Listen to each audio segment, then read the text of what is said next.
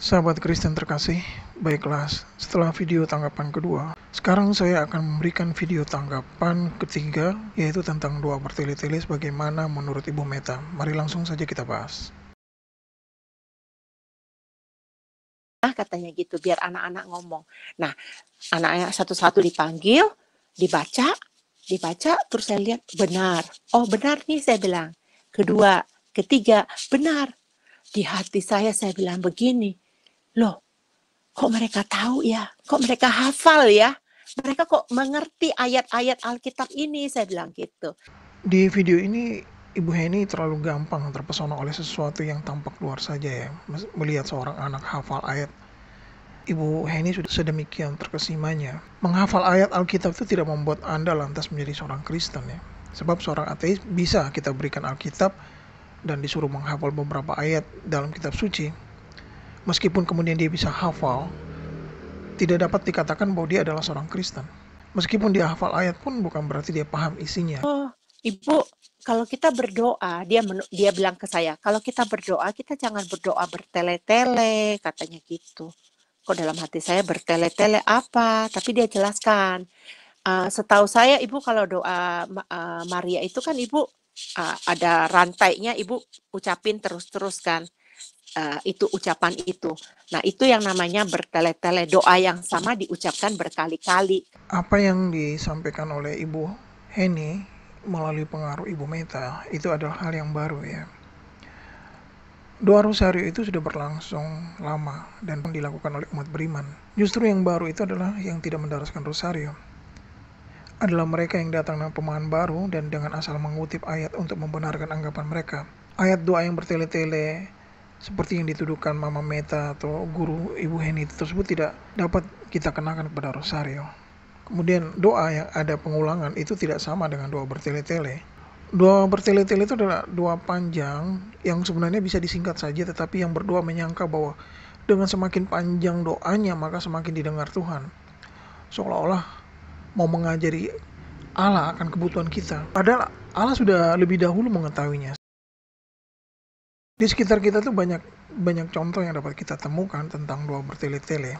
Bahkan saya yakin Ibu Heni juga bisa menemukan di dalam gereja Ibu sekarang. Doa bertele-tele itu adalah doa yang seolah-olah menyamakan Tuhan sebagai orang yang tidak mengerti kalau kita berdoa secara singkat, tepat, dan jelas. Nah itu kan kalau gitu sekarang tergantung sama pengertianmu tentang Tuhan itu seperti apa itu loh. Kalau bagi saya sih Tuhan itu ya dia sangat mengerti apa yang menjadi kebutuhan saya gitu. Seperti sekarang saya lagi butuh sambal gitu. Ya saya nggak perlu minta tolong berikanlah tanaman lombok supaya tumbuh, kemudian saya bisa memetik di musim tua, kemudian saya bikin sambal. Kelamaan. Saya butuh sambal, maka saya datang ke kulkas, buka kulkas, ambil sambal, terus makan. Gitu, jadi kalau berdoa jangan bertele-tele. Jadi berdoa rosario bukanlah suatu doa bertele-tele hanya karena pengulangan seperti anggapan Ibu Heni setelah mendapat pengaruh dari Mama Meta. Karena rumusan doa dan penyembahan di dalam Alkitab pun banyak kita temukan pengulangan sebagai suatu bentuk penghormatan. Di Alkitab kita membaca para malaikat mengumandangkan kudus, kudus, kuduslah Tuhan berkali-kali. Kita tidak dapat katakan itu bertele-tele, tetapi itu adalah sikap penyembahan penuh penghormatan kepada Allah yang Esa dan Tritunggal. Dan kita baca di dalam Injil ketika ada dua orang buta berseru-seru dengan perkataan yang sama dan diulang. Kasihanilah kami hai anak Daud. Itu bukan bertele-tele, dan apakah karena kedua orang itu mengulang-ulang perkataan mereka, maka Yesus tidak hendak menyembuhkan mereka? Tidak juga, malahan Yesus berkenan menyembuhkan mereka. Karena itu pengulangan di dalam doa dan pujian bukanlah suatu hal yang bertele-tele.